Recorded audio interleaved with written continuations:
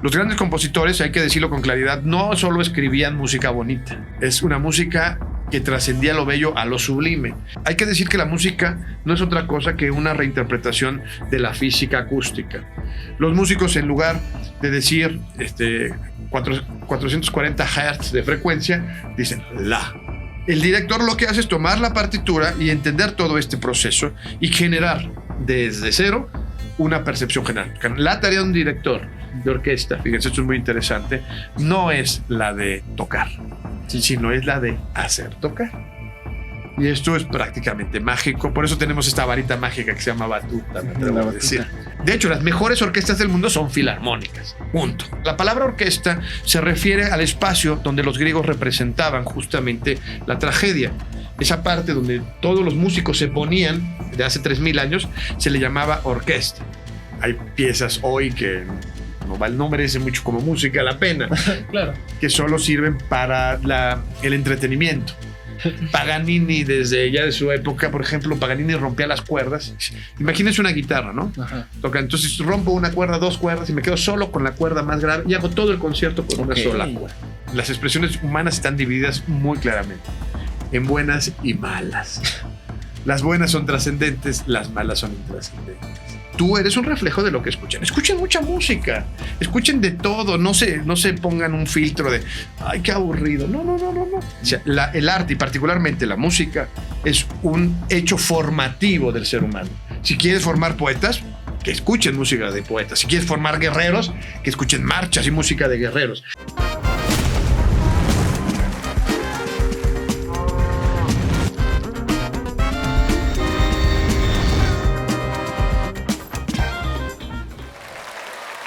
Bienvenidos amigos a un nuevo episodio del Fondo Negro. Un nuevo episodio, así como lo acaba de decir. Amigo. ¿Cómo estás, Max? Muy bien, amigo, muy contento porque hoy tenemos un gran invitado, querido Chris. Así es, sobre todo, bueno, pues para todo el que esté viendo o escuchando este episodio se van a preguntar de qué vamos a hablar hoy, pero precisamente ustedes tienen que tener el oído bien parado porque este señor tiene esta maestría.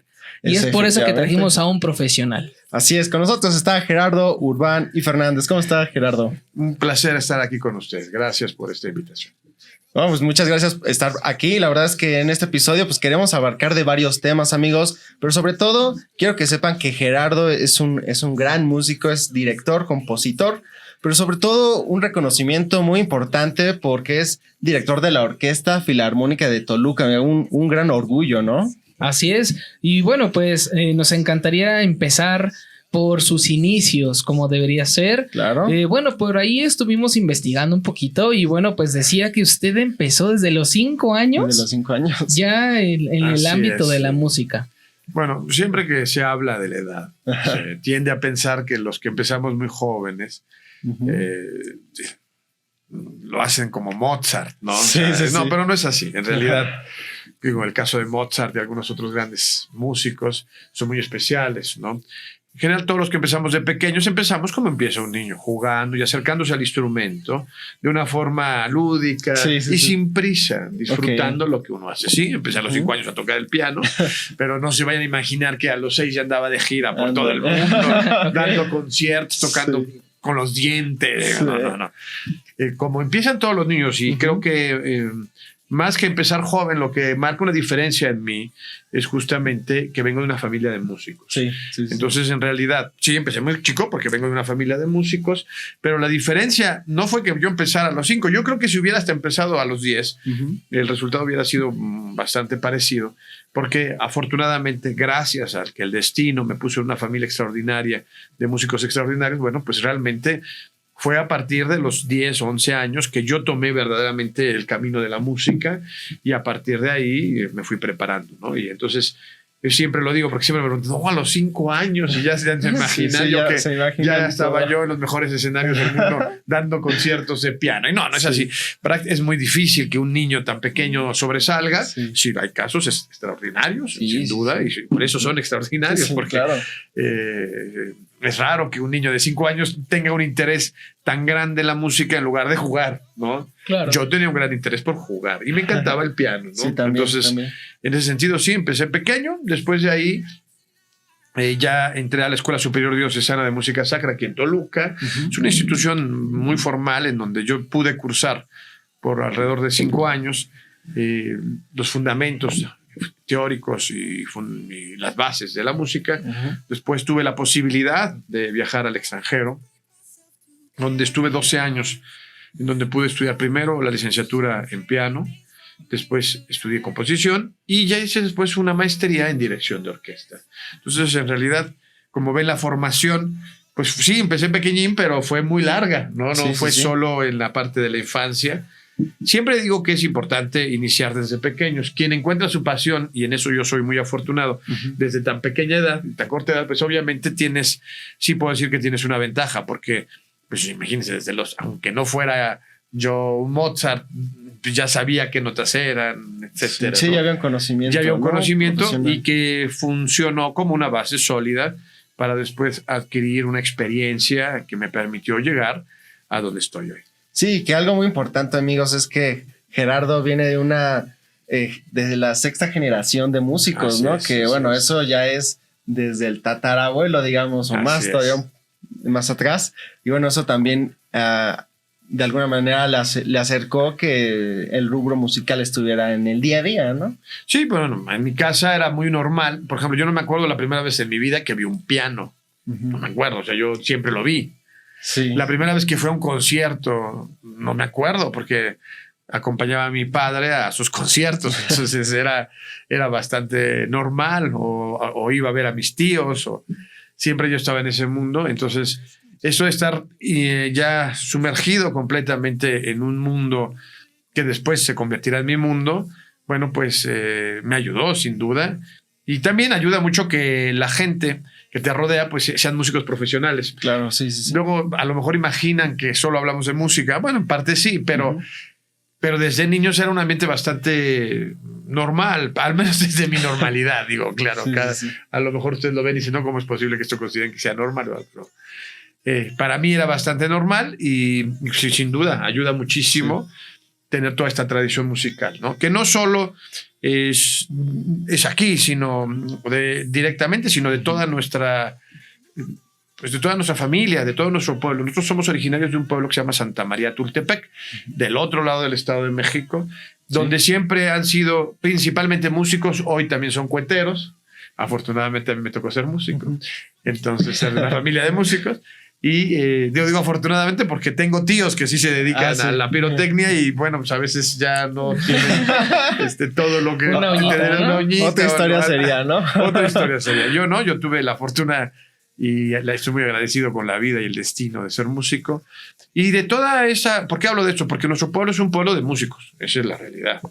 Músicos que van desde el mariachi hasta un director de orquesta como yo, que van desde una danzonera hasta integrantes de orquestas, concertistas internacionales, ¿no? Entonces, creo que nuestro pueblo en ese sentido tiene ese gran privilegio de contar con músicos extraordinarios en todas las ramas. Y entonces eso también es bonito porque vas a una fiesta y te encuentras con la familia que pues hacen un poco de todo, rock, música clásica, tocan el órgano, cantan ópera. Entonces, pero es muy plural ese ambiente y bueno, pues es verdaderamente fascinante. Algo que a mí me gustaría adicionar aquí, digo, aunado a lo que acabas de comentar, creo que también, o bueno, más bien me gustaría preguntarte, ¿qué tan importante es para ti el hecho de haber crecido en un ambiente musical? Porque, bueno, como tú lo mencionaste, no todas las familias tienen a lo mejor ese privilegio de crecer en un ambiente de música y a lo mejor pues se dedican más a, bueno, hoy en día a prestar el celular, la tablet, el hecho de ya no convivir con humanos, ¿no? Como tal. Pero creo que el hecho de convivir con la música desde muy temprana edad, creo que sí te desarrolla demasiadas cosas y aparte vives en un ambiente mucho más armonioso, ¿no? Bueno, la música tiene muchas virtudes. Virtudes que humanizan. Primero yo me voy a ir un poco a la filosofía. Sí, adelante. Y voy a regresar al tema de qué es crecer en un ambiente así. La belleza. Existen varios tipos de belleza en el mundo, ya los filósofos la han definido. Una belleza decorativa que yo considero intrascendente, que puede ser, por ejemplo, una flor, muy bonita, es muy bella, pero no tiene un fondo que trascienda, ¿no? Y existe una belleza que trasciende y que llega al alma. Esa belleza es la que refleja lo mejor del ser humano. Okay. Lo tengo que decir con claridad, yo soy animalista, pero lo tengo que decir. Los animales no perciben esa belleza que nosotros percibimos porque es una belleza que la humanidad es de la propiedad de la humanidad. Ustedes si le ponen enfrente un cuadro de Van Gogh a un perro, pues el perro dirá, pues está bonito, no sé qué dirá el perro, pero no pagaría 120 millones de huesos o lo que pagaría un perro por tenerlo colgado en su casa, porque los humanos sí, y es una flor. Los girasoles de Van Gogh pues son girasoles que venden aquí en Toyocan, que cuestan 120 pesos. Y son muy bonitos esos girasoles. Pero ¿qué es lo que hace que trascienda justamente en el valor la belleza? Bueno, pues justamente lo que podríamos llamar, que para el hombre, para el ser humano es muy importante, que es la representación del objeto. Bueno, regreso a la pregunta. Parece que estoy divagando, pero no.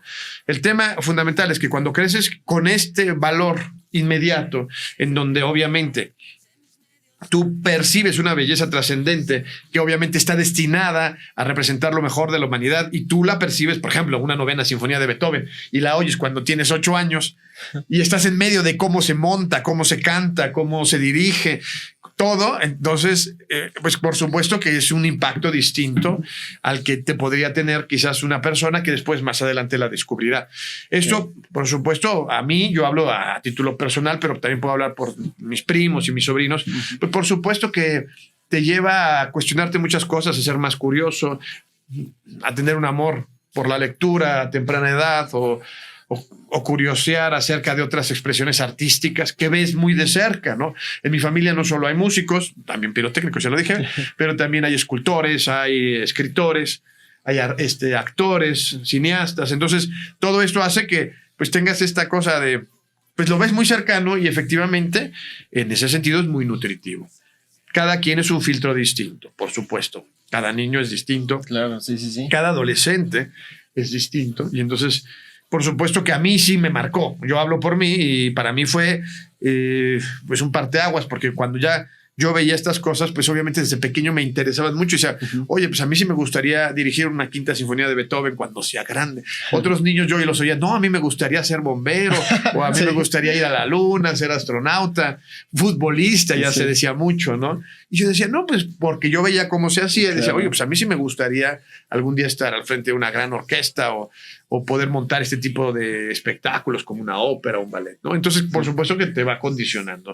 Yo afortunadamente puedo decir que fui bendecido con una familia maravillosa, no solo una familia cercana, sino también el primer círculo, mis tíos, mis tías, todas personas que siempre me apoyaron, que siempre creyeron en mí. Qué padre poder tener ese acercamiento a la música y bueno, con una familia llena de artistas, ¿no? Que permitiera poder tener ese panorama y además poder ver la vida de una forma tan linda como nos está compartiendo Gerardo. Y bueno, también un dato por ahí curioso, a lo mejor nuestros amigos no lo saben, pero uno de nuestros primeros entrevistados también fue de la familia Urbán, Víctor Urbán, que fue de los primeros, ¿te acuerdas, mi Cris? De los primeros 2, 3 episodios. Y bueno, qué padre tenerte por acá, Gerardo, que nos puedas compartir todo esto.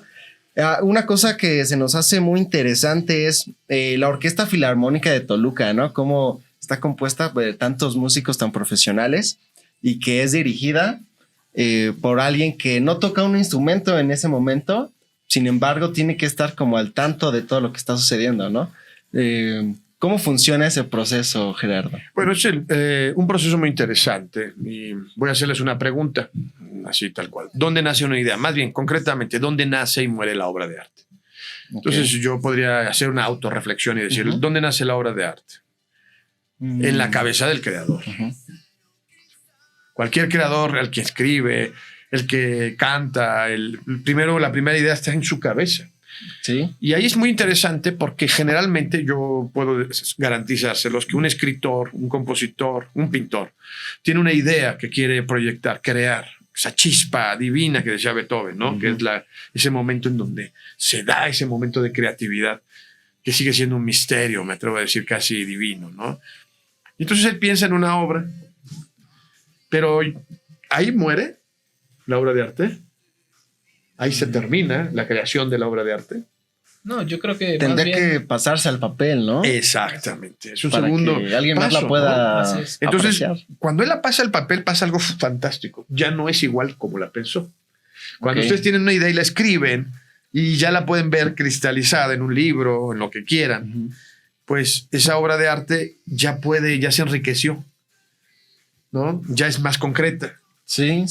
¿no? Entonces ya está plasmada ahí. Entonces, este proceso creativo es muy interesante porque ya es un filtro. Ujú. Justamente en el caso específico, yo hablo de la música, justamente un compositor imagina la obra, lo que puede ser lo que consideraríamos un momento de inspiración, luego lo escribe en la partitura. Pero es ahí donde termina y se concluye la obra de arte. ¿Qué Pues piensan no. ustedes? Yo creo que, bueno, no sé, me imagino, tiene que ser interpretada por alguien más, ¿no? Exacto. Sigue otro momento, que es el momento en donde yo voy a hablar de música, la partitura está ahí, pero está muda.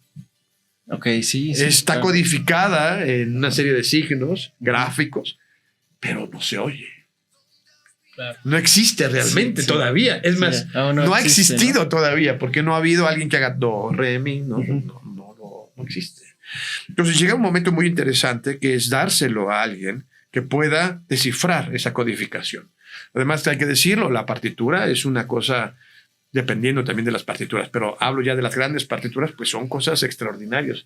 Son como ecuaciones matemáticas o aún más complejas, Sí, ¿no? sí, Que sí. tú le das y saber, ¿lo entiendes? Sí. Ahora tradúcelo en belleza.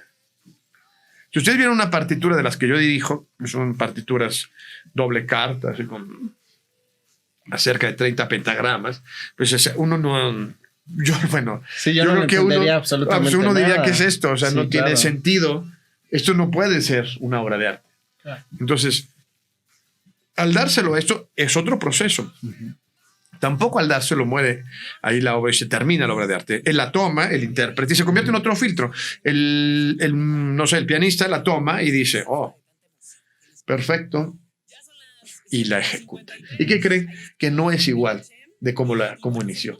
El Se compositor, cambia, ¿no? por supuesto, porque él pone de su Pone de parte. su parte, claro. En la música clásica, y sobre todo en la música del 600, 700, 800, y me atrevo a decir de la mitad del 900, la música no está terminada. O sea, está indicada en lo general y el intérprete, y de acuerdo al nivel, del tamaño del intérprete, la obra es extraordinaria, ¿no? Y ahí acaba, ahí sería, o consideran que podría ir ahí Ahí queda. el proceso final de la obra de arte. Es que no sé, digo, Qué interesante, ¿no? yo creo que es Está subjetivo porque si esa misma obra se puede estar replicando múltiples veces, realmente nunca muere. E independientemente de que hayan pasado a lo mejor muchos años, como la obra de Beethoven, que hoy en día se sigue escuchando, pues al final creo que nunca muere la creación de esa persona. Es que falta un paso para mí, Ok. que es, una vez que tú lo tocas, ¿quién lo escucha? Ok, una audiencia, podríamos Claro. decirlo. Entonces, Ajá. en ese momento, cuando llega la audiencia, que es justo lo que dices, por eso se vuelve algo cíclico, Ujú. el que escucha recibe. Y quiero decirles con claridad, ahorita hablo de la figura del director, que en ese momento, cuando el pianista, el violinista, está tocando la sonata de Beethoven, no es un artista, hay que ser claros. Tenemos este mito del artista. Ujú. Es Ok. obra de arte, porque él es parte de la obra de arte. Al final, el que reconstruye, de acuerdo a la subjetividad que hablabas, desde el otro lado, es el que escucha, que de acuerdo a su conocimiento, a su sensibilidad, a su Ujú. interés, podrá ver y descifrar la obra de arte y entenderla e interpretarla y captarla. Y entonces podríamos decir que el verdadero artista es el que escucha, no es Ok. todo este proceso de filtros. Claro.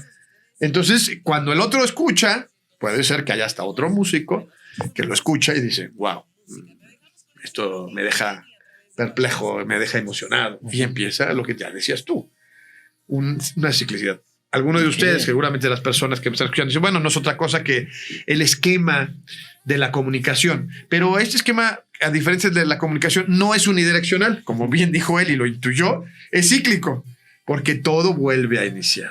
Ok.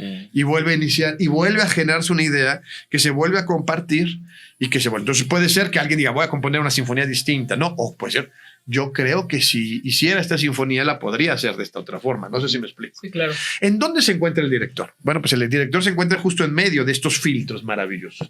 Es el filtro más importante. ¿Por qué? Porque justo como les decía, tenemos una partitura que es un gran laberinto de sonidos y de ideas. Los grandes compositores, hay que decirlo con claridad, no solo escribían música bonita. Es una música que trascendía lo bello a lo sublime.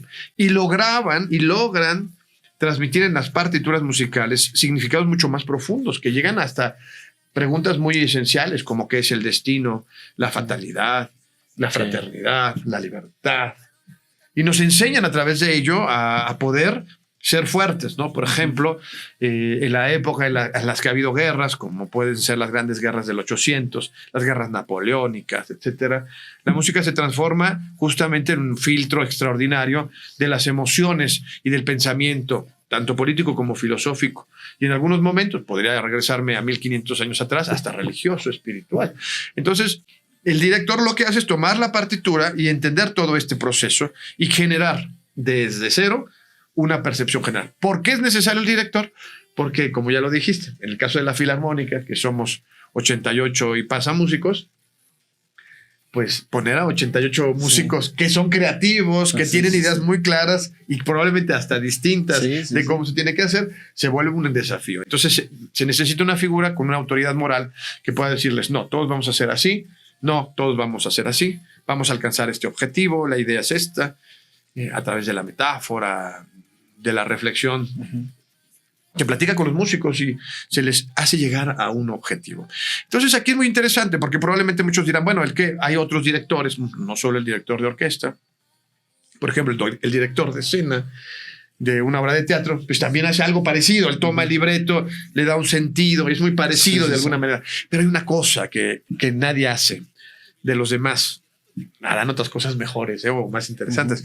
Pero a la hora de la ejecución se necesita, por la complejidad de la obra, que alguien, como si hiciera magia, como si pintara el cuadro a través de los colores de cada instrumento, lo haga en vivo. Y eso hace que no solo sea un desafío, sino que sea una experiencia única, porque yo les puedo garantizar que si un pintor toma un cuadro y dice, hoy voy a pintar este cuadro en este instante, aun cuando quisiera volver a repetirlo al otro día, algo va a ser distinto. El trazo va a ser más duro, más enérgico. El rojo va a ser más rojo, ¿no? Lo mismo pasaría con un actor, ¿no?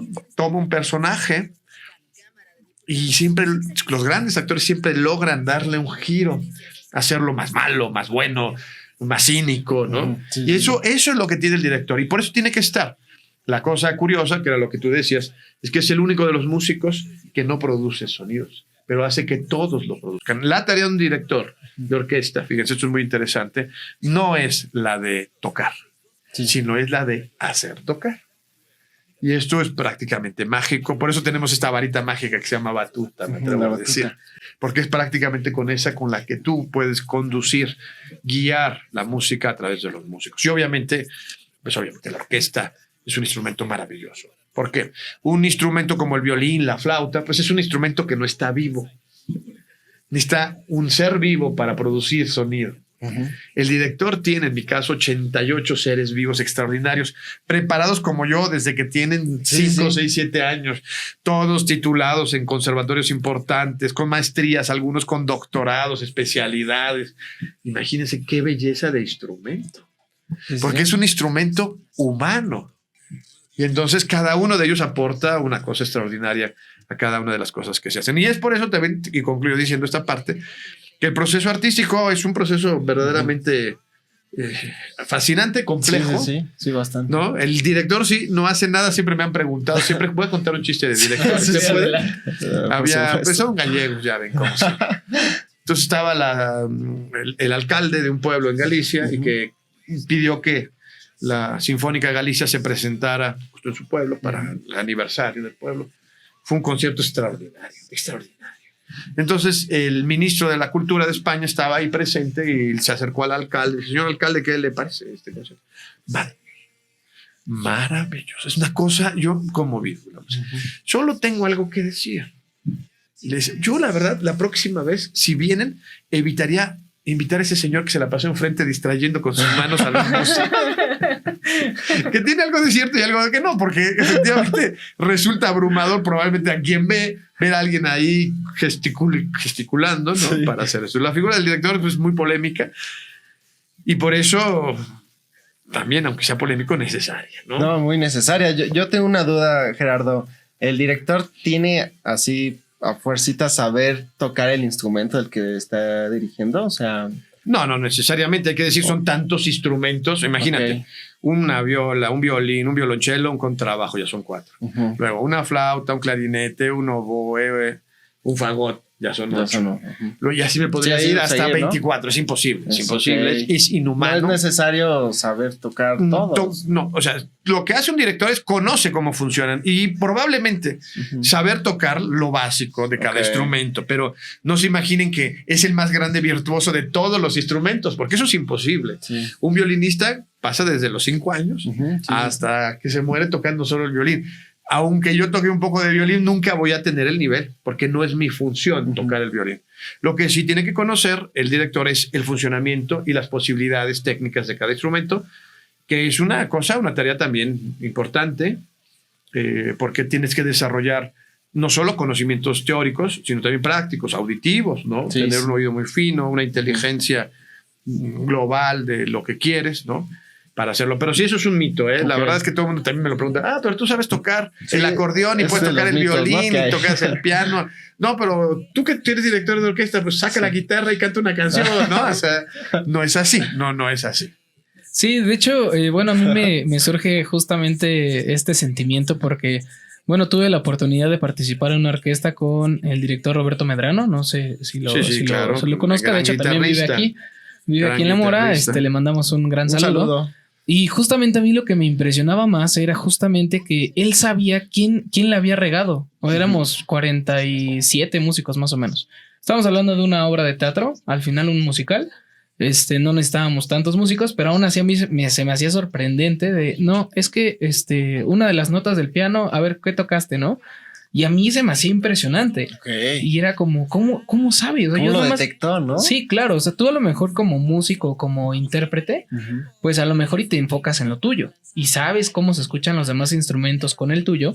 Sin embargo, no tienes el conocimiento completo de todos los instrumentos como un director lo tiene que tener. Y algo importante aquí que me gustaría recalcar es justamente que las obras...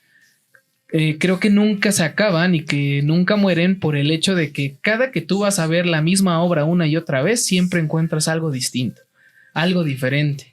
También tú del lado del músico, del lado del intérprete, cada que tocas la misma obra una y otra vez, también surge algo diferente en cada obra, ¿no? Y creo que esa parte es justo que pues mira, nunca muere. Pero yo sí lo tengo que decir. Digo, hay de obras a obras. Hay piezas hoy que... no merece mucho como música la pena. Claro. Que solo sirven para el entretenimiento.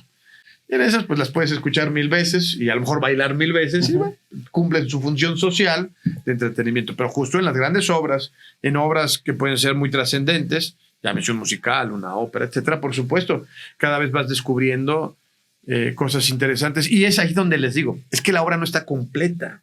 El compositor no podría escribir tanto, no le darían los signos gráficos para decir. Entonces es donde el intérprete tiene una función fundamental de recrear esa música de manera distinta, de encontrarle sentidos distintos, timbres distintos, acentos distintos, visiones distintas. Y entonces claro que se vuelve cada vez más fascinante. Y de ahí es que hay varias interpretaciones de una misma obra muy distintas. Así es. Sí, y qué interesante cómo cada músico pues interpreta estas obras de manera diferente, ¿no? Porque quizá un pianista obviamente va a tocar de otra forma la misma partitura quizá que otro y eso también hace que cambie la misma obra, ¿no? Que cambie un poco. Sí, definitivamente. Además, quiero decirles que en el caso de las orquestas y sobre todo orquestas profesionales y extraordinarias como es la Orquesta Filarmónica de Toluca, la verdad es que la energía que transpiran estos 88 músicos de estar ahí en el escenario junto a ellos y sentir su energía, su fuerza, su expresividad, pues... no se puede comparar. Yo sé que puede uno pensar que el disco, CD, MP3, Spotify, llámelo como quiera, Puede ser, es un sustituto. Pero la mayoría de la música está hecha para hacerse en vivo. Por eso desprecien escuchar música cuando la quieren disfrutar. Desprecien escucharla grabada. A ver, cualquier grupo de rock, por ejemplo, pues obviamente, independientemente, siempre tiene una energía distinta cuando lo oyes en vivo. Sí, no, totalmente. Por supuesto que también es un arte esto de grabar, ¿eh? No. Hay que entenderlo, pero realmente el grupo de rock, poniendo este ejemplo, él construye su música para tener un espectáculo y un show en vivo. Luego, que tú, porque te gusta, la quieras escuchar más seguido y no le puedas pagar al grupo 2 millones de pesos para que esté en tu casa todo el día tocando la misma canción, bueno, sí, claro. Tenemos la tecnología y esa fortuna de poder tener una obra que se repite y se repite, ¿no? Pero el espectáculo no está pensado para eso. La música que se crea en lo general, bueno, hay casos específicos que no es así, pero la música en general es un espectáculo, una arte escénica que se tiene que hacer en vivo. Y entonces escuchar una orquesta en vivo no es lo mismo que escuchar una orquesta grabada. Sí.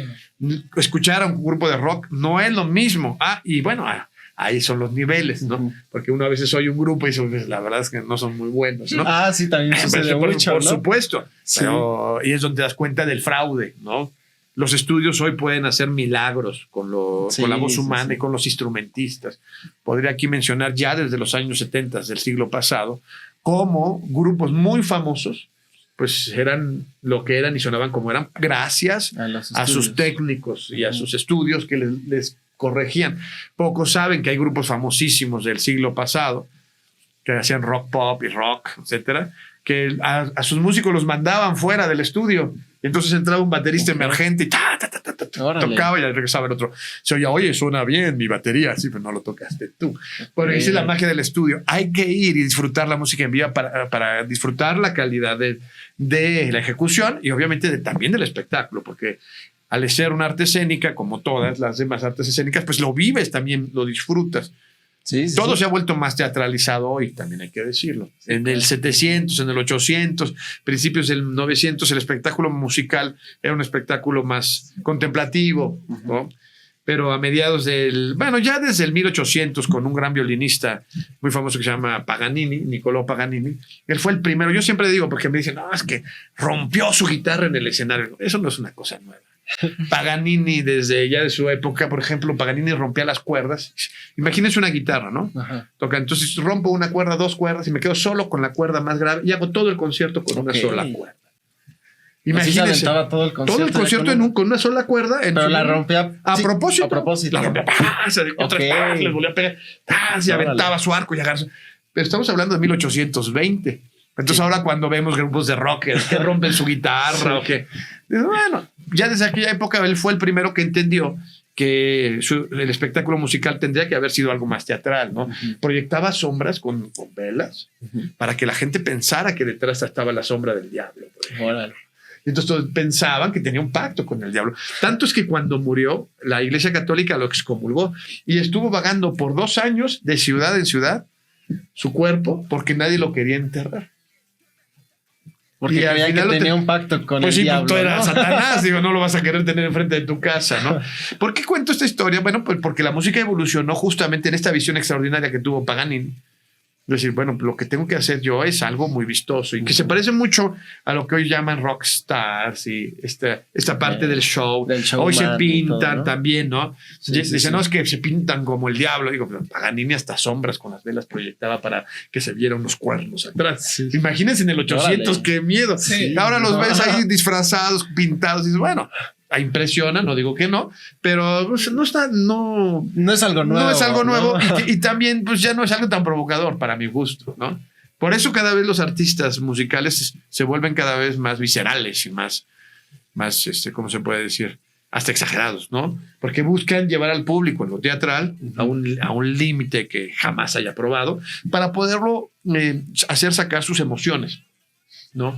Y a lo mejor emociones ocultas o emociones que nunca frecuenta, como el terror o la repulsión, ¿no? Sí. Y entonces dicen, bueno, eso también es arte. No lo sé. Ahí podríamos ya hablar de otra situación. Todo es arte. Yo no creo que todo sea arte. Puede haber una diferencia subjetiva entre muchas cosas, pero en el sentido del arte escénico, efectivamente, la música se ha vuelto cada vez más así. Y eso hace que también nosotros como Orquesta Filarmónica, pues también busquemos un espectáculo que no sea solo pasivo, en eso se caracteriza mucho la Orquesta Filarmónica, sino que también sea una experiencia en donde la gente pueda vivir más allá de lo que nosotros tocamos en cada concierto. Sí, no, sin duda en un concierto de la Orquesta Filarmónica, la experiencia de estar ahí es algo indudable y bueno, lo veíamos hace no mucho en un concierto que pues, habíamos puesto una de la canción que nos gustaba pues, muchas veces, pero ya verlo en vivo sí es otra experiencia totalmente diferente, la conexión, ¿no? De las personas que están ahí en ese momento, la euforia, todo, ¿no? Se genera algo muy bonito.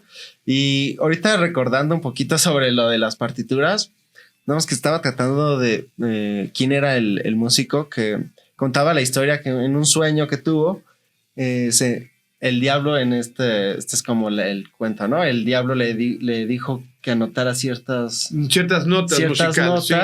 Es una sonata para violín solo de un gran violinista que además era un tipo particular, la verdad, ahorita les cuento. Se llamaba Tartini. Tartini. Y la sonata se llama El Trino del Diablo. Tartini era un gran violinista. Sí, pero era un sicario también. Okay. Se dedicaba a tocar el violín, pero pues cuando no tenía dinero lo contrataban porque era espadachín. Pero era un sicario, o sea, le pagaban para ir a hacer esto. Entonces también viene de ahí ese mito de que pues, tenía un pacto con el diablo porque era una mala persona. Él cambió el arco del violín. El arco del violín, imagínenselo, es como el arco de Robin Hood originalmente, así, literal, con una cuerda en medio y así. Y él dijo, no, está como raro, como que no se agarra bien. Y entonces tomó la medida de su brazo y de la espada que usaba como sicario y cambió el arco del violín, imagínense, una figura extraordinaria. Y bueno, era tan difícil de tocar en su tiempo esta sonata. La sonata es una pieza musical en donde había una parte donde se escuchaba el famoso trino del diablo. Y además él lo descubrió una cosa, porque hay que decir que la música no es otra cosa que una reinterpretación de la física acústica. Los músicos, en lugar de decir 440 Hz de frecuencia, dicen la. A los hercios les pusimos un nombre, ¿no? Okay, sí. Pero es lo mismo.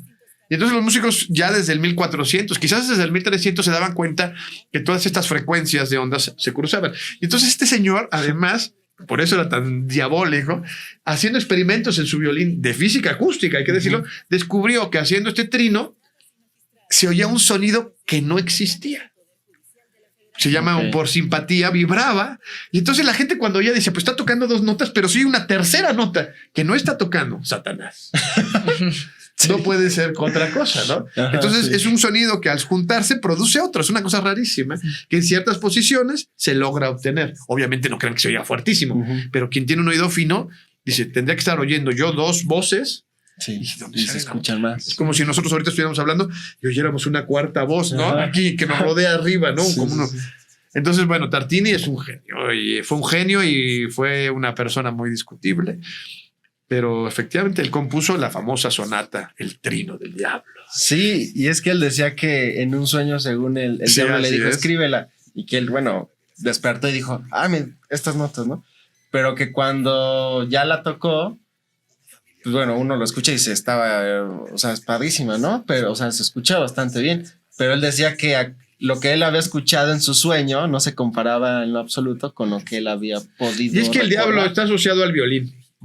O sea, el instrumento, si tiene un instrumento el diablo, es el violín. Porque por figuras como Tartini, como Paganini, siempre asociado al diablo.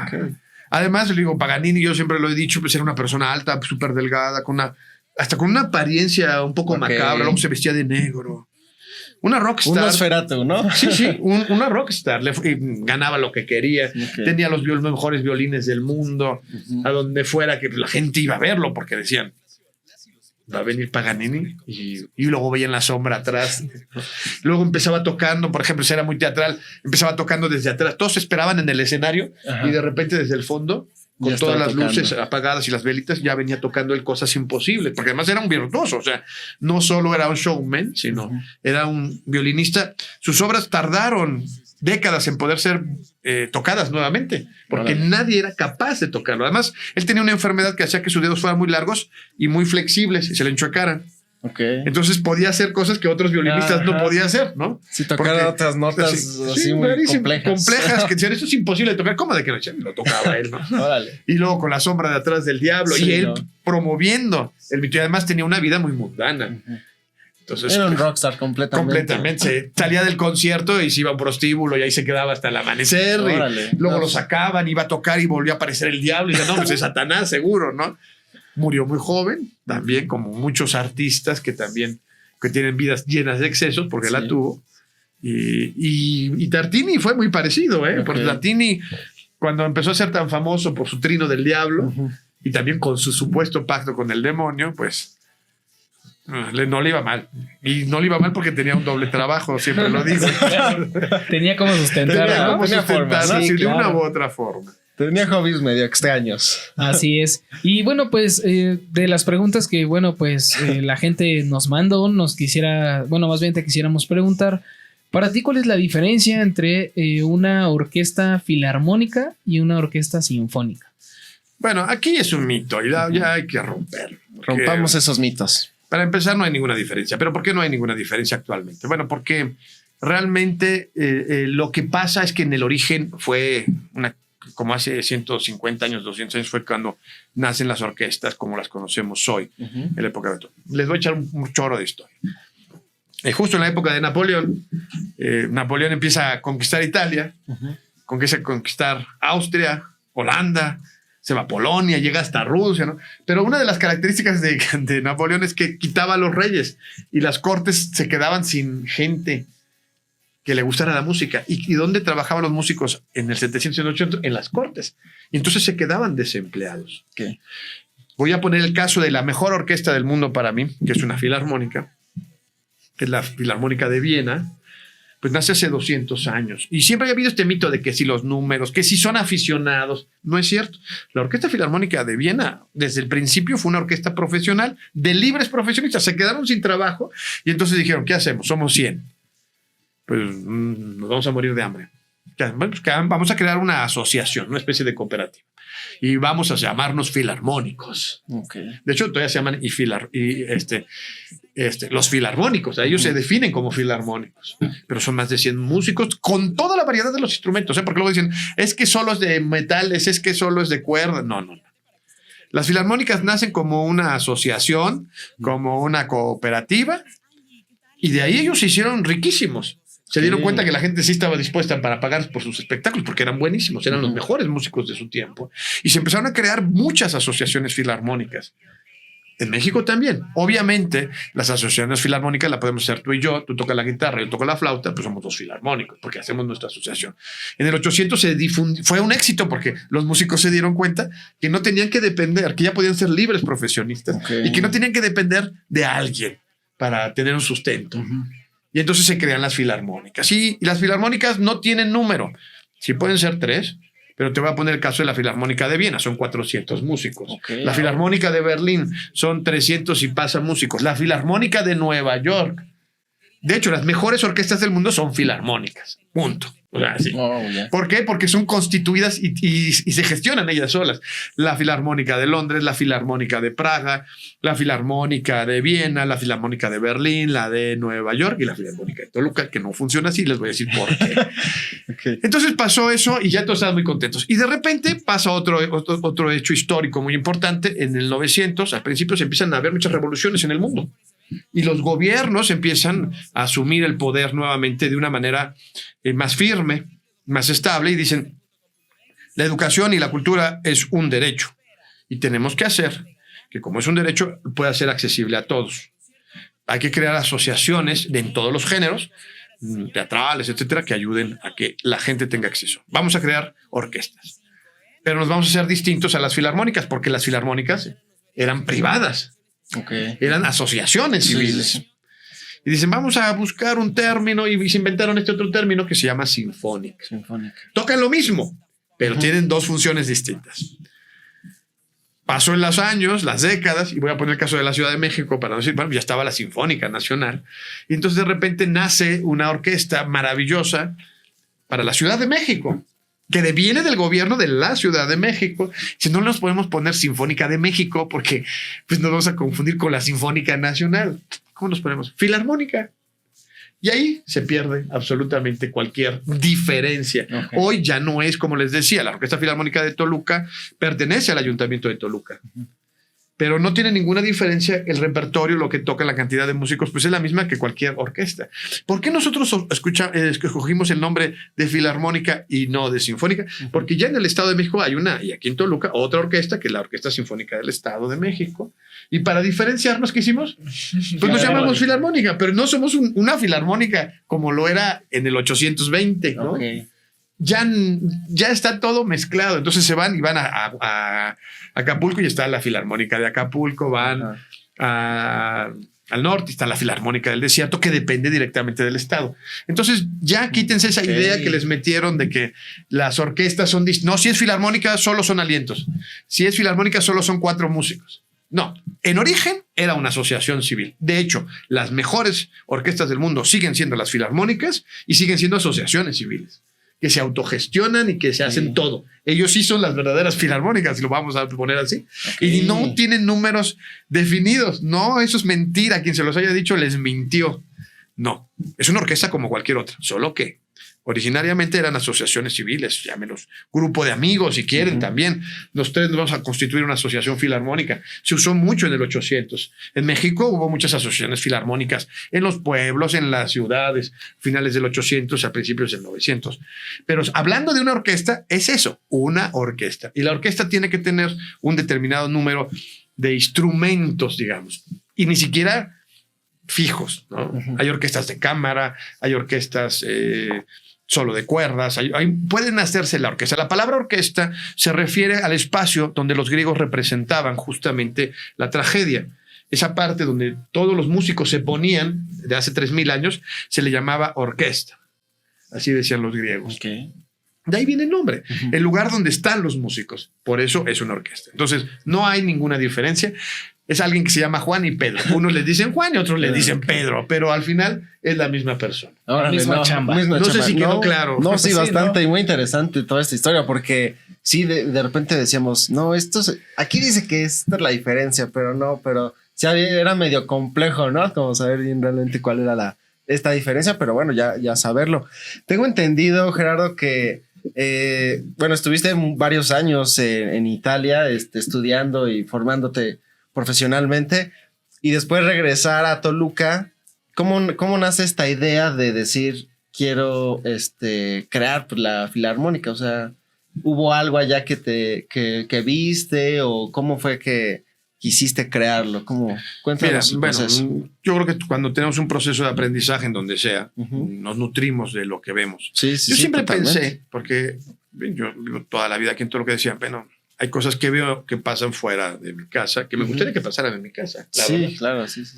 Yo ya empezaba a ver en esa época, sobre todo con un gran cantante que se llamaba Pavarotti, que hacía lo que hoy conocemos como crossover, o sea, mezclar estilos y todo, ¿no? Ya era muy criticado, la verdad, en su momento. Pero aquí en México yo nunca vi algo así. Okay. ¿No? Entonces yo decía, ¿pero por qué eso no pasa allá? ¿Por qué este tipo de conciertos al aire libre no pasan? ¿Por qué no se busca un poco como Paganini, un poco más la parte visual, teatral? Yo estaba convencido, hoy lo puedo decir, que el concierto como lo concibieron en el 800 y principios del 900 ya se murió, porque la gente tiene cosas hoy que en aquella época no tenía. Para empezar, un celular. Y la gente ya somos dependientes del celular y todo lo queremos compartir, grabar, enseñar, subir, lo que sea. Hoy justo este medio pues es así, ¿no? Claro, Tener la posibilidad de compartir momentos. Y entonces yo veía estas cosas y decía, bueno, esto podría suceder también en mi ciudad. Hace 16 años, gracias a muchas conjunciones, se tuvo la posibilidad, un 19 de marzo del 2009, de generar lo que ya es la Orquesta Filarmónica Toluca. Hubo antes muchos experimentos, unas proto-orquestas, pre-orquestas, como quieran, que se cambiaban, pero afortunadamente se encontraron las condiciones para que pudiéramos crear justamente a partir del 2009, principios de febrero del 2009, ya una composición estable. ¿Qué quiere decir estable? Es que los intentos que hicimos antes no los considero Así porque ya ni eran los mismos músicos, lo llamamos nosotros una orquesta de la situación. Va a haber un concierto, pues contrataba a los músicos para ese concierto. Sí, va a haber otro concierto, contratas a otros. Sí, no eran los mismos. Y no había mucho. Una trascendencia. De hecho, cambió el nombre y que le ponían una orquesta metropolitana, orquesta sinfónica de Toluca. Estaban en ese proceso. Pero afortunadamente, cuando se dieron las condiciones, el 19 de marzo del 2009 se da este nacimiento, que creo que es un nacimiento trascendente. Desde entonces la orquesta no ha dejado de ser lo que es. Y se ha trascendido. ¿Por qué se dio? Bueno, porque hubo verdaderamente buenas vibras, voluntades reales, porque esto se diera. Y porque además entendieron que la idea que yo traía era justo de crear una orquesta distinta. Una orquesta, primero, que no fuera un museo, en donde tú vas y dices, hoy otra vez, o aquí estoy sentado, ¿cómo me comporto? Uno a veces llega a una galería de arte y dice, ¿este cuadro qué es? Pero si llega el autor y te dice, ves ese horizonte, no está en el medio, ni está abajo, porque tú tienes que tener la visión del que está arriba de la montaña, que te sientas, ¿no? Entonces ya empiezas a entenderse. Claro. Ya le entendí. Pero vas a un concierto, oyes música estéticamente hermosa, pero dices, bueno, pero mientras tu pensamiento, fíjense qué triste es, no compré las tortillas. Sí. Y qué triste que la novena sinfonía de Beethoven se transforme en el soundtrack de tus banalidades, ¿no? O sea, cuando Beethoven la compuso para que fuera algo. En cambio, si hay alguien que te explica por qué la novena es importante y por qué la tienes que escuchar con atención, por qué te tienes que dejar transportar por la música, pues obviamente es distinto. Así nace la Orquesta Filarmónica, conciertos totalmente hablados, platicados, explicados, con ejemplos ahí, y luego ya escuchas la obra y dices, bueno, por supuesto que ahora ya entiendo por qué se oyen esas campanas, o por qué se oye este efecto, o por qué suena tan romántico, o por qué suena tan desesperado, ¿no? Entonces tú ya tienes una percepción creativa, que es a lo que, regresando a lo que antes decíamos, tú eres creativo cuando eres una escucha que puedes recrear con tu imaginación la idea del compositor, y entonces tú ya eres artista. En ese momento tú te conviertes en el artista, pero vas a hacer experiencias distintas y entonces pues, suena bonito. La verdad es que esta parte es como, qué bonito, pero te quedas solo con esa experiencia superficial de la belleza. La orquesta nace justo con esa idea y también con la otra idea. Yo decía, ¿por qué no hacer crossover? La verdad hay que decirlo, hace 15 años cuando nosotros hicimos el primer concierto de música de películas ya estable, hasta nos criticaron. ¿Ah, sí? Nos dijeron que por qué, que porque mezclábamos. Okay. ¿No? Hace 15 años, hoy es muy común. Sí, es común. Hoy es muy común y no solo eso, ya empezamos nosotros a hacer crossover con el jazz, empezamos a hacer más crossover, ya se hacía con el mariachi, pero nosotros ya lo hicimos de manera estable. Empezamos a usar ya el crossover con el rock, pero no el rock pop, sino ya heavy metal y cosas así un poco más duros. Entonces, al principio fue así. Lo hago con gusto. Hoy volteamos hacia atrás y vemos que ya otras realidades musicales ya perdieron también ese miedo de poder generar una atención al público. Como decía un gran director de orquesta, Leonard Bernstein, decía, cuando le preguntaban acerca de la música popular, que cuál era mejor, que si yo podría decir que es mejor el mariachi o la cumbia, el reggaetón, lo que quieran, ¿no? Pues él dijo sabias palabras. Dice, las expresiones humanas están divididas muy claramente en buenas y malas. Las buenas son trascendentes, las malas son intrascendentes. No es por géneros, así decía, sino es por calidad. Entonces, eso de los gustos culposos, no es que el maestro urbano oye Beethoven y en la noche oye música jazz.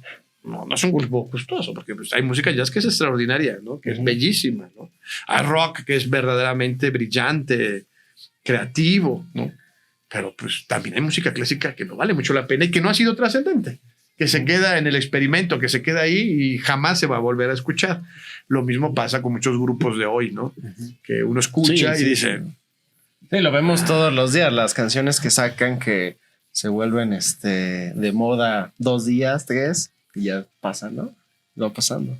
Sí, es música, a ver, cumplen su función social, que es el entretenimiento. A ver, tú quieres también, no todo el momento tienes que estar filosofando y pensando y exigiéndote. En algún momento también te quieres divertir, relajar, claro, y también hay música para eso, pero no vale nada. O sea, hay que decirlo, es como, a ver, todos tenemos que comer bien, ¿no? En la mañana lo ideal sería comerse un huevito y cosas así. Sí. Ay, de vez en cuando echarte una quesadillita. No, la quesadilla todavía no te tira, pero échate un pastelito, pues tampoco. Luego te vas a. Si ya lo haces, siempre te va a dar diabetes y te morirás, pero. Y lo mismo le pasa al espíritu, si se nutre solo de eso, ¿eh? Hoy en México, y gran parte de esto la tienen los músicos, hay una antiarte y una antimúsica que predomina, que nutre solo la peor parte de nosotros, nos desnutre espiritualmente, emocionalmente, todo. Aunque no les guste escucharlo, es así. Sí, sí, sí. Las modas las inventan las disqueras, las inventan las televisoras. Y entonces dicen, este es el artista que ahorita podemos hacer. Este es el concepto que queremos manejar. Por ejemplo, hay que decirlo abiertamente, ¿no? Esta idea de darle un valor a los antivalores de la humanidad, hablando de droga, sexualizando a los hombres y a las mujeres. Sí, sí, sí. Que yo no es que sea escandaloso, porque a mí me han dicho, no, pero es que el sexo metido en la música está desde hace 10,000 años. Había danzas, rituales donde hasta se apareaban los seres humanos. O sea, no ese es el punto. El punto es empobrecer el espíritu a través de un mensaje que ridiculiza al hombre y haciéndolo ver como lo que no es, un objeto simple y sencillamente de un consumo humano que no tiene ningún valor. Como dicen algunas canciones, hoy te secuestro, pero si mañana me matan, ya viví. ¿Qué valor es eso? Sí, ningún sí, valor no. de tu propia vida y menos de los demás, ¿no? Ningún respeto. Sí. La sexualización de la mujer y también del hombre en algunos aspectos, dices, pues, no es que se hable de sexo lo que escandaliza, sino es que parece que solo el valor se vuelve tan superficial que es solo eso. Y cuando uno escucha mucha música de eso, pues ya deja de ser una música para relajarse, ya se transforma hasta en un estilo de vida. Y yo veo ciertas personas que lo adoptan como su estilo de vida. Sí, entonces ya se vuelven, si me puedo aprovechar, me aprovecho de ti, porque así me lo enseñaron las canciones. Y en el momento en que yo pueda hacer algo, no puedo decir la grosería, pero para aprovecharme de ti, ¿no? Quitarte algo, yo soy el que ya lo tiene, hasta tenemos un verbo en grosería así que se usa, que ya es hasta común, dice, no, en los buenos nos llamamos así, ¿no? Sí. Porque estamos acostumbrados a quitarle algo a los demás a la mala, ¿no? Más vale que yo sea al que no, o sea, empezamos con estos valores que, reitero, cuando es por diversión un momento, eso no tiene nada de malo, o sea, bailar.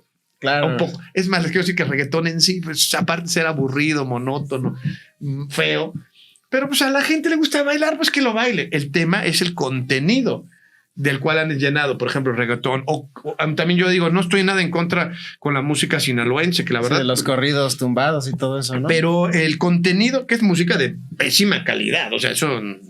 Cantan horrible, tocan horrible, pero te lo meten y te vas acostumbrando hasta la tonadita, ¿sí, no? Y ya hasta te parece bonito, pero está bien. Si es para echar relajo, lo acepto, pero el problema es que el contenido que tienen este tipo de corridos tumbados, de narcocorridos, es tan nefasto que si tú solo oyes eso, ¿qué eres? Eso.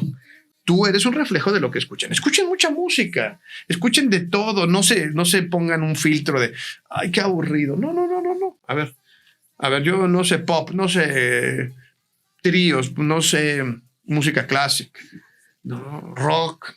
Sí, abrirse a escuchar todos Escuchen, los géneros algo que les va a hay, ¿no? gustar. Eso no tiene nada de malo. Sí, sí, sí. El tema es que te encierras en ese nicho y además, como hay malas, pues es como justo les decía, nutrirte mal, ¿no? Ya a partir de ahora, como lo que me gustan son las papas sabritas, ya solo como papas fritas.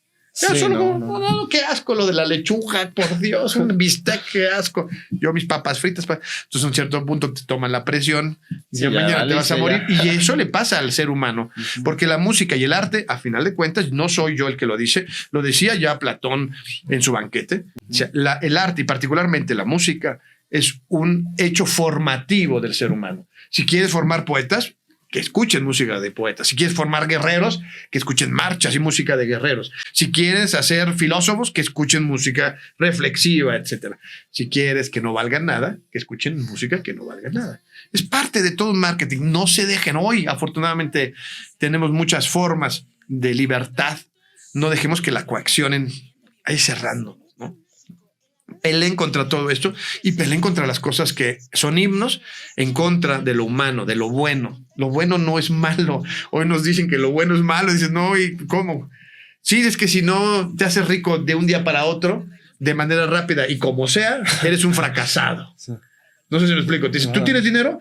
Bueno, pues estoy luchando, echándole ganas, trabajo, etc. No, mira, vente, vamos a la esquina y nos ponemos a ver cómo le hacemos. Oye, si entramos a esa casa, pues ahí sacamos rápido 50,000 pesos, nos los dividimos en un día. Entonces, esta idea de de dañar a los demás para ser alguien más, la tenemos que combatir. No está bien. Sí, no. Es más, en la Constitución, yo no es que lo digo, o sea, en la Constitución está prohibido, te meten a la cárcel.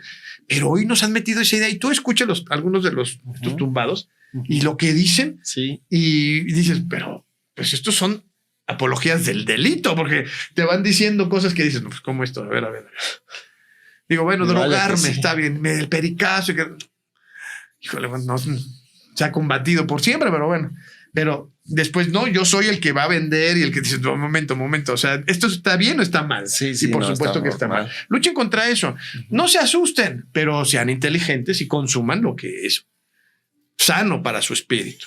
No, qué padre. De hecho, ahorita todo esto que nos estás platicando, varias preguntas te íbamos a hacer, pero nos las contaste de una manera muy extraordinaria. Y es que justamente la opinión de un director de orquesta acerca de estos géneros, pues es algo bastante interesante, ¿no? ¿Qué es lo que opinabas? Y bueno, ya con todo esto que nos has platicado, la verdad es que nos podemos dar una idea. Y sí, justamente eso de abrir el panorama, ¿no, mi Cris? De poder decir, a ver, escucho esto, pero también escucho esto otro. Igual en lo visual, ¿no? Igual en lo que estamos viendo en redes, yo creo que también se puede aplicar, ¿no? Lo que ves, lo que no ves, todo eso. El criterio está ahí. O sea, tú pones a un buen cantante y lo pones junto a Peso Pluma, que es muy famoso y riquísimo, no lo niego. Pero tú pones la voz de un gran cantante contra la de pues, el otro, pues da pena. Es como cantarías tú borracho, ¿no? Y pues él canta borracho porque es parte de su estilo, ¿no? Pero eso no puede decir que está bonito. No sé si me explico. Sí, claro. A lo mejor para echar relajo está bien. Echar relajo un día, un rato, está bien, no pasa nada. No pasa nada, porque al final de cuentas eres inteligente y sabes discernir. El tema es cuando ya es un consumo en donde tú crees, y esto no es que es el mejor cantante que ha tenido México, uno de los artistas. Y dices, por favor, digo, dimensionemos, ¿no? O sea, vámonos. Es que ya ganó un premio. Recuerden que esos premios están hechos para premiarse entre ellos. No nos engañemos, no premian al mejor cantante de México, premian al mejor de sus grupos y de los que ellos deciden premiar. Sí, claro. Ni siquiera de los mismos grupos, lo voy a decir, en este caso de los Pasitos Tumbados y de la música sinaloense. Hay grupos maravillosos que ni los consideran porque no son parte del nicho. Sí. Entonces dicen, vamos a hacer unos premios, pero nosotros nos premiamos como los mejores locutores del mundo. Sí. Entonces todos los demás que están afuera, entonces los que nos ven dicen, no, pues ya recibió él el premio, tiene que ser el mejor. Nos han metido, o sea, nos idiotiza. Sí, también parte del marketing, ¿no? Sí, por supuesto, ellos se dedican a vender, o sea, que no se nos olvide eso, que ellos viven de eso también, pero no seamos estúpidos y con la inteligencia, bueno, como les digo, echaste un corrido tumbado una vez o dos o tres en una fiesta con amigos y reírse y de verdad está bien. El tema es que no se vuelva ya tu estilo de vida. Claro. Sí, sobre todo eso es muy importante, justo lo que acabas de tocar, porque justo como comentas, nutrirte de música, o en este caso también de los videos, digo, hoy en día de todos lados te estás constantemente metiendo imágenes que probablemente a lo mejor y no sean las correctas. Pero si tenemos esta diferencia o en la cabeza, ¿no? O sea, que nosotros podamos diferenciar entre lo que es un gusto del momento a algo que digas, oye, esto sí lo quiero replicar, esto sí me dejó algo bonito, o esto me está enseñando algo, ahí es justamente donde entra esta diferencia, ¿no? Porque, por ejemplo, hay mucha gente que te dice, no, a mí me encantan las películas de secuestros. Y es como, cabrón, o sea, como por qué, ¿no? ¿Sí me explico? Sí. No, por supuesto, como, es lo mismo. Sí. Y probablemente si lo vieras desde un punto más de, no, pues, es que me encanta la acción, ¿no? Y me entretiene. Pero ya cuando justamente lo metes como parte de tu vida de, híjole, ¿qué se sentirá? Y ¿qué pasará? Y si lo hacemos, y entonces ver, ahí es yo les voy a poner, ustedes eran más jóvenes, pero hace más o menos, no sé, unos 7, 8 años, hubo una noticia que a mí me impactó mucho, que se dio en la ciudad de Juárez, donde 3 niños jugando, 2 eran secuestradores y 1 secuestrado, niños de entre 8 y 12 años, jugando al secuestrador, terminaron matando a uno de los niños, torturándolo. Porque es lo que oían en los narcocorridos, y te voy a torturar, yo soy el jefe de jefes. Y entonces lo llevaron a un extremo, el juego, que ellos ya no perdieron la noción y terminó en la tortura real. Lo torturaron, le cortaron un dedo. Eran niños. Quiere decir que esto les llega tan profundo que a un cierto punto ellos sí se vieron como secuestradores y lo vieron como una víctima y lo mataron. A un amigo o a conocido de ellos lo secuestraron jugando y termina. Porque con lo que tú dices, ya lo haces un estilo, ya te metes ahí. Qué raro que algo así sea tu estilo de vida. Por supuesto que después lo ves normal. Ya secuestraron a Juanito. Bueno, es normal, lo agarraron. No es normal. Sí, no hay que normalizar cosas que no. Sí, o Sí, también ¿no? ya tiene este pensamiento de seguro andaba en malos pasos. Eso también. ¿No? Eso Y también. es sí, como, sí. pues no necesariamente. No, o sea, a lo mejor y solo le tocó una persona Lamentablemente, loca. y la mayoría de las veces ¿No? es así. O sea, no todos somos delincuentes cuando nos asaltan, ¿no? Sí, no. Pero pues, eso hay que hacerlo. Y el arte es importante. A ver, yo ya no les voy a decir que lean o que vayan a un museo. Eso ya lo pueden hacer en las redes sociales. Entras a los reels y todo y te va saliendo. Basta que no te... A ver, eres un reflejo de del reel que tienes o del short o de lo que tienes en tu celular, ¿no? Sí. Busquen que el algoritmo no les gane. O sea, y que ya nada más vean reels de pleitos, de violencia callejera, porque luego uno los ve y están ahí. Sí, el algoritmo va sacando más. Y para que más, y ya te entretengas quedas más. ahí y entonces te idiotizas con eso. Visto que ya hoy tenemos esa posibilidad maravillosa de ver una pelea callejera y decir, ay, ¿cómo fue que se peleó este señor con el otro? Pero vamos a hablar, oye, mira esto de la alineación de los planetas, qué interesante. Digo, a lo mejor parece un poco extremo, pero hay esa posibilidad, de verdad. Si quieren, les interesan los extraterrestres, se meten y van a encontrar miles de páginas de extraterrestres. Si les interesan las pirámides, les van a encantar. Si les interesa, lo saben las chicas, la pintura y los cosméticos, les salen miles de... Hay un contenido que creo que es muy rico y es una gran posibilidad. Pero como pasa justo en estos dispositivos, te encierran ellos.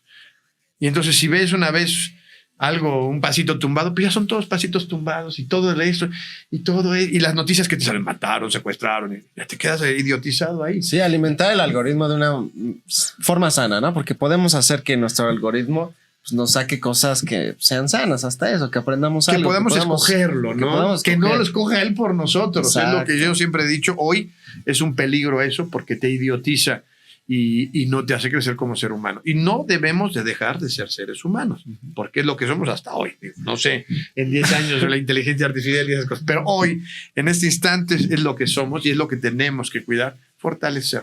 Creo que, a final de cuentas, en la música, la función no es solamente una función estética o de placer acústico, sino también es de reflexión, de decir, bueno, hoy escucho esta música, ¿qué me hace sentir? ¿Qué me hace pensar? ¿Hacia dónde me lleva? Y reitero, no tiene nada que ver si es rock, si es pop, si es música clásica. Por supuesto que yo estoy a favor de la música clásica porque es la que ha trascendido por los siglos y trascenderá. Claro. Es como Platón. Platón pues tiene 2500 años que escribió lo que escribió y sigue siendo fundamental en el pensamiento humano. Lo mismo va a pasar con Beethoven y con ellos, ¿no? Había otros filósofos menores, ¿sí? Su pensamiento ya no trascendió y tampoco es malo. Digo, no todos podemos ser trascendentes, claro, ¿no? Pero no se queden con lo que los empobrece. Sí, no, y bueno, una parte bien padre para platicar es la variedad, justo con la que comentas, de cómo pues la orquesta tiene todo el tiempo variedad y empieza a innovar en ciertas cosas. Y hoy puedes ir a un concierto de la orquesta de algo y en un mes va a ser de otra cosa. Entonces, la gente también que sepa eso, ¿no? Que en la Orquesta Filarmónica de Toluca puede encontrar variedad. De repente va cambiando por épocas, por mes, por diferentes cosas, ¿no? ¿Nos puedes platicar un poquito sobre la selección la hace el público. Cada año, a principio del año, justamente alrededor, en el Día de Reyes, les decimos que hagan su carta de los Santos Reyes y cada quien escribe lo que quiere escuchar. Y entonces, la verdad es que es muy importante para nosotros porque con eso nos damos una idea de lo que quiere escuchar el público. La Orquesta Filarmónica, distinto de otras orquestas, sí le pertenece a la gente. Okay. Sí pueden opinar ustedes. Quiero escuchar esto, quiero que la novena, que jazz sinfónico, que boleros de música mexicana, que el guapango de Moncayo. Sí pueden, porque es su orquesta y es su derecho, porque justo ha sido ese el objetivo desde el principio. Oye, Gerardo, y ahorita, ¿qué es lo más próximo que se viene de conciertos de la orquesta para que la gente que pues esté escuchando este episodio diga, me voy a ir a este que se viene, tal vez me queda más, o me voy a programar para ir a tal? Bueno, marzo es un mes interesante, quiero dejarlo ahí. El día 9 de marzo vamos a hacer un homenaje a las compositoras. Siempre se habla poco de las mujeres compositoras, pero la verdad es que fueron muchas y ya desde el 800 la mujer ocupa un lugar importante dentro del mundo compositivo trascendente de la música clásica académica Y además vamos a estar tocando una pieza de una compositora toluqueña que es considerada por muchos la primera compositora graduada en el Conservatorio Nacional de Música en el 1856, si no me equivoco, nace aquí en Toluca, se transforma en la primera titulada de toda la historia de México, del México moderno, al menos. Sí. Y vamos a estar, se llama Guadalupe Olmedo, estaremos tocando obra de ella. Esto será el día 9 de marzo a la 1 de la tarde en el Teatro Morelos. La entrada, como siempre, es un concierto de entrada completamente libre y gratuita. Justo una semana después del 9 de marzo, justo hablando de la variedad, haremos un homenaje a las grandes compositoras de todos los tiempos. Pasa la siguiente semana un evento importante que es los Óscars, que además este año va a ser muy polémico por lo que ya vi, ya viene el tema ahí muy, bastante muy difícil de, bueno, no difícil, sino polémico. Y entonces nosotros cada año, una semana después o 15 días después, hacemos justamente un concierto. Y el día, si no me equivoco, domingo 23 de marzo, estaremos haciendo el concierto, que es una tradición ya en la ciudad, que es que ya les decía, hace 15 años lo empezábamos a hacer, que es el concierto de música de películas, que hoy ya se llama la Gala de Oscars, porque hacemos como tal una gala y ponemos las piezas que han participado y han sido nominadas. Por ejemplo, un experimento, ponemos 4 nominados y decimos, en 1999, los nominados al Oscar como mejor soundtrack fueron, en el 2000, Harry Potter, El Señor de los Anillos. Pero la gente, como no se acuerda quién ganó, de verdad vive en ese momento y ahí están leyendo nuestros presentadores y toda la gente dice, no, Harry Potter, no, ganó El Señor de los Anillos como mejor soundtrack, ¿no? Y se vuelve una cosa muy interesante, teatral, sí, también, muy parecido a lo que son las galas de los Oscars. Yo siempre dije, ¿qué pasaría si pasaran a los Oscars aquí en Toluca? ¿Por qué no podrían pasar? Total, al final nosotros hacemos música, hay soundtracks extraordinarios. Sí. ¿Cuál es tu favorito? Híjole, yo siempre he pensado que John Williams es el gran compositor de soundtracks. Es el único, es el que más Oscars ha ganado, si nos vamos a eso de los premios, que ya lo dije que se premian entre ellos, está bien. Pero John Williams es John Williams. Claro. Es el único que ha competido contra él mismo y se ha ganado, porque en la misma categoría ha tenido 3 soundtracks.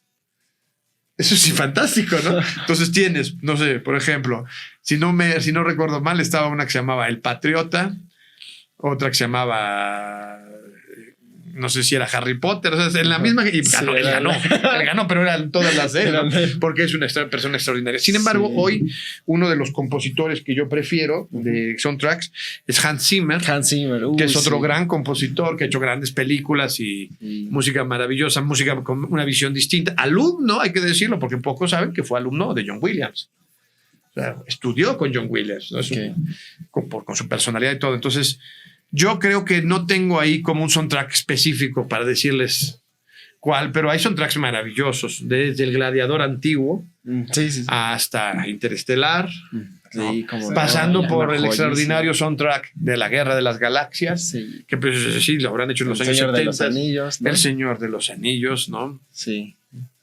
Y la verdad es que hay grandes compositores. Hoy la música trasciende también a través justamente del cine. El cine es el arte de nuestro tiempo. Es lo que va a trascender. En 200 años van a seguir viendo las películas que estamos viendo hoy. Eso téngalo por cierto. Las grandes películas en 400 años van a así como la tragedia griega, ¿no? De hace 2000, 3000 años, ¿no? Que Edipo Rey, pues igual va a pasar en 1000 años y decir Titanic, por decir, ¿no? Sí. Es el sinónimo y esa, porque hoy es el lugar donde se encuentran todas las artes. Entonces no tengo un soundtrack así específico, compositores varios que me gustan, pero bueno, hay que estar atentos este año. Justo por eso los invitamos a ese concierto de música de películas, y además es totalmente libre y gratuito. Ya vieron, amigos, para que ustedes estén al pendiente, y de verdad que es una experiencia extraordinaria, se lo recomendamos muchísimo.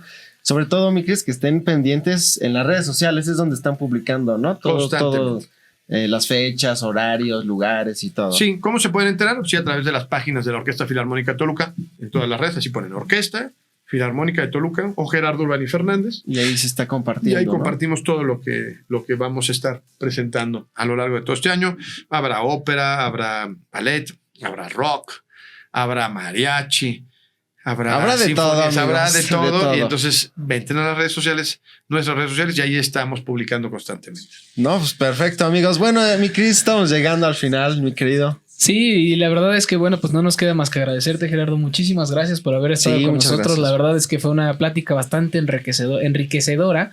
Y bueno, pues para todos los que nos están escuchando, no se olviden de seguirnos en todas nuestras redes sociales, que son... Todas las redes sociales, amigos, son Facebook, Instagram, TikTok. Y Spotify, donde podrán escuchar todos los episodios, incluyendo este. Pues nos vemos hasta un próximo capítulo, amigos. Cuídense mucho, fonditos. Y Adiós. chao. Súper bien. Genial.